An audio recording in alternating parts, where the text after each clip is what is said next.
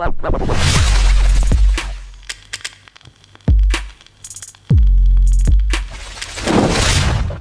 welcome to another video. So, Ferran Torres is leaving Manchester City. He's off on his way to Barcelona, and in this video, I just want to talk about reasons why I think that it makes sense for him to go, why I kind of think that he will be wanting to go. Do you know what I mean? His headspace is obviously wanting to be in Barcelona. The rumours have been flying around for quite a couple of months now, and it's, you know what I mean, Lewis always says no smoke without fire, or the flames, whatever it is, something like that. And it's all come true. It's all come true. So basically, Ferran Torres is off. You know what I mean? I think he's rumored to be presented as a Barcelona player on the 28th of December, something like that. I've got it booked in for. I'm not sure how it's all worked. They're probably just getting the contract signed and everything like that now.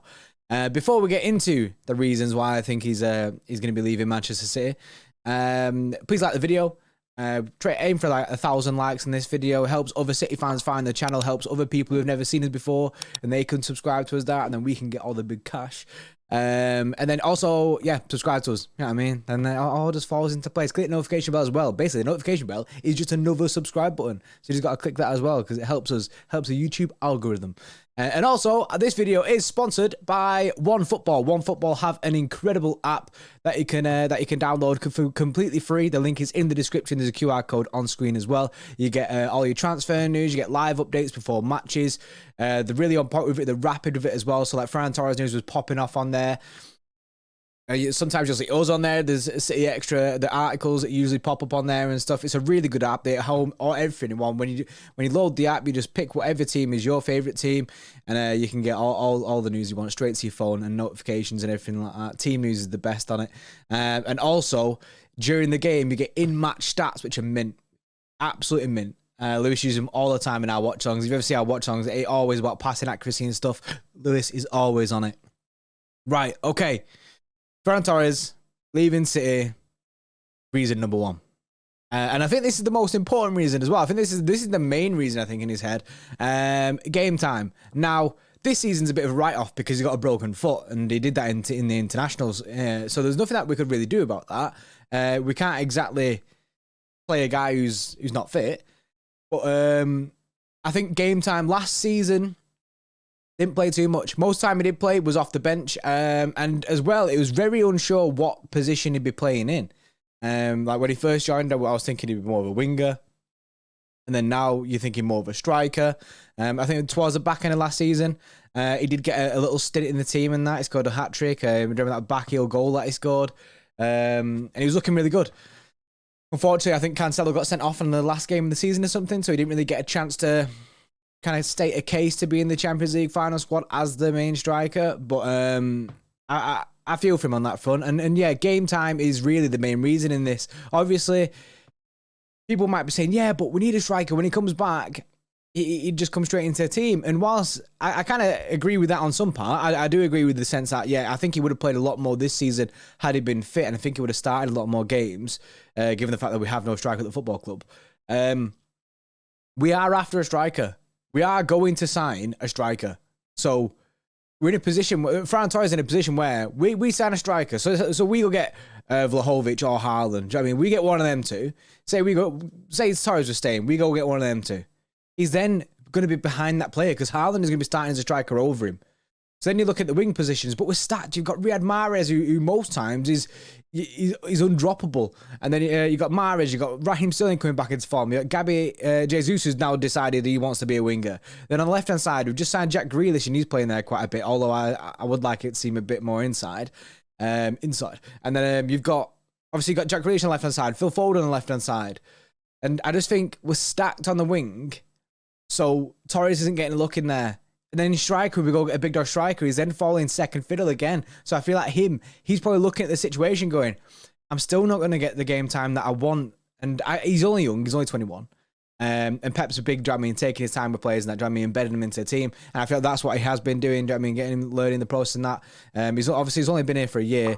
And we got him on the cheap and that. But I think the main reason for this move is the game time. Obviously, it's hard to predict what Pep had planned for future in that. Second reason why he's leaving is directly linked to the game time is happiness, because he must be unhappy. He must have gone to Pep and said, yeah, I'm not happy about all this, the game time and stuff like that, because Pep was coming out today saying, if you're not happy, you can't stay. Basically, Pep's thing is, if you're not happy, you need to go elsewhere, innit? You only get one football career, innit? And it's a short career, so you need to spend it at places where you're going to be happy. And I feel like when you're happy, you'll develop better as a football player. Do I think that Ferran Torres will become a world-class player? I think so. I think he does have it in him, but happiness is where this kind of falls in. I feel like, obviously, sitting on the bench in that, he ain't gonna like that. He's not gonna like that. Like Cancelo didn't like it when he had his stints on the bench and stuff, and he threw his toys out the pram kind of situation.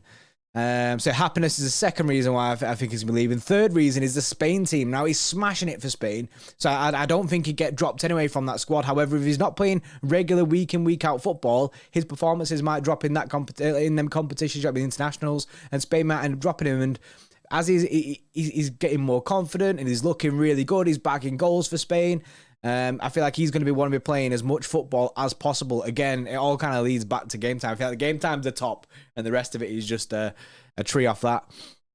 And the last reason on the list that I've got in front of me is it's a weird one actually, because it's not really something that I think of now because of the way that Barca and Real Madrid are, but it's the Barca and Real Madrid pull.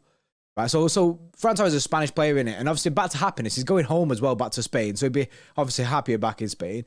But also growing up, as someone who's Spanish growing up, you're growing up with Barca and Real Madrid as these giant teams and that. Kind of like Leroy Sané with Bayern Munich. He's growing up and he'll be loving looking at like Bayern Munich and that. Do you know what I mean? Like a big dog team. And it's the same with Ferran Torres with Barca, Real Madrid, those kind of teams. So I feel like the pull for him is still there. Maybe for us as fans, it's died down a little bit nowadays because of obviously the form that like Barcelona are in. Like I know Real Madrid have picked it up a little bit this season, but do you know what I mean, they have kind of died off a little bit as Barcelona have had like a mega crash, aren't they? So for me, the pull is still there for these Spanish players and for quite a lot of players, really. Do you know what I mean? If a club like Barcelona comes in for these kind of guys, they're gonna say yeah because they've grown up with Barcelona being that team that they always wanted to play for. Now, where does all this leave City? Obviously, it leaves us without another striker in January. And do I think we're gonna fix it in January? No. Well, it all rides for me on Erling Haaland because I think we're going to go all in now for Erling Haaland. We'll give it our best shot, but I don't think we'll be able to get him in January. I think it'll be a summer deal. But there was rumours quite a while back that you can speak to Raiola and that, and you can kind of pay the release clause from January onwards. That's kind of like the negotiation thing. Like from January, you can pay that release clause and kind of secure him for the summer. So I imagine City will be sitting down and having words with Raiola, seeing what they can make happen, see if a deal is possible and something can be done. Obviously, I expect us to fully go for this, the Erling Haaland deal. And if that falls through, I feel like then we might see a push for Vlahovic. Basically, for me, in January, if you see us actively pushing for Vlahovic, that tells me that the Erling Haaland deal fell through. Like he's going to Madrid or something happened with the talks that with City and Raiola and they couldn't, do you know what I mean? They couldn't get it over the line because that's the natural kind of thing. Because if we're going for Erling Haaland, it has to wait till summer, I think. But if we're going for Vlahovic, we could probably get him in January. So it's all about whether City want to wait until summer for a striker, which I think we will do. Like Pep came out the other day and said, we're not going to be signing anyone in this transfer window. Also, we've got Cole Palmer, and then there's a lot of things coming out about Cole Palmer is kind of going to be the natural kind of replacement for Ferran Torres. He has been playing in that position quite a bit recently.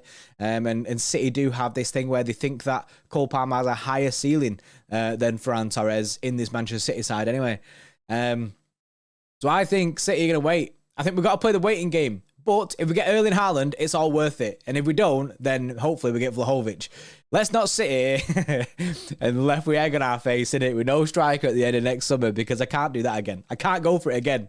People who watch like the morning show and that during the transfer windows, they know the pain, the struggle. You know what I mean? I don't even mention Ronaldo. But yeah, that's all I've got in it. That's all I've got for this video. We're edging closer to Christmas. These have been late uploads because we've been super busy. Me and Liz have been super busy recently. You know what I mean? We're wrapping presents and that. But yeah, I appreciate it. Like the video. Make sure you subscribe to the channel.